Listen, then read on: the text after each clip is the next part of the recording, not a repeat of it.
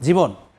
গত ৩ দিন ধরে টানা ভাঙন অব্যাহত রয়েছে রংপুরের এই তিস্তা সেতুর যে রক্ষা বাঁধটি রয়েছে সেই বাঁধটিতে, এবং আমরা যেটি দেখছি যে গত ৩ দিন ধরে এই অব্যাহত ভাঙনে প্রায় ১০০ মিটার বাঁধের অংশ কিন্তু এখন পর্যন্ত নদীগর্ভে বিলীন হয়ে গেছে।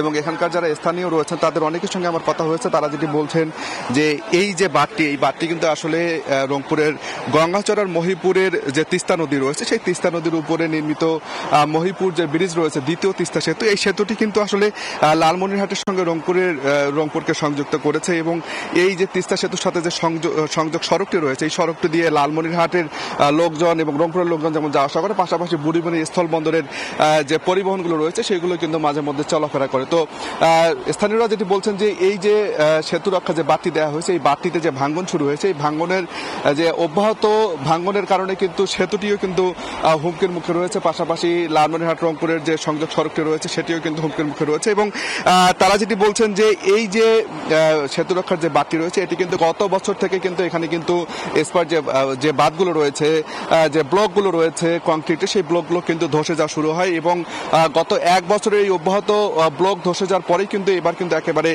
পূর্ণাঙ্গ ভাঙ্গনের রূপ নিয়েছে এই বাঁধটিতে। এবং এই বাঁধটির যে ভাঙ্গন সেটি কিন্তু এক বছর থেকে মেরামত না করবার জন্য, কোনো উদ্যোগ না নেওয়ার জন্য কিন্তু আসলে এই ভাঙ্গনের কবলে পড়েছে। এবং এই বাঁধ ভেঙে যাওয়ার কারণে কিন্তু এই নদী তীরবর্তী, পাশাপাশি বলা চলে যে ৩ থেকে ৪টি গ্রামের প্রায় ১৫০০ থেকে ২০০০ মানুষ কিন্তু এখানে কিন্তু ঝুঁকিতে রয়েছেন, ভাঙ্গন ঝুঁকিতে রয়েছে। যদিও এখন পর্যন্ত পানি উন্নয়ন বোর্ড কিংবা এলজিইডি, যেহেতু এই বাঁধটি আসলে এলজিইডি থেকে নির্মাণ করে দেওয়া হয়েছে, দুই প্রতিষ্ঠানের পক্ষ থেকে এখন পর্যন্ত সে ধরনের কোনো পদক্ষেপ নেওয়া হয়নি বাঁধটি রক্ষার কারণের জন্য।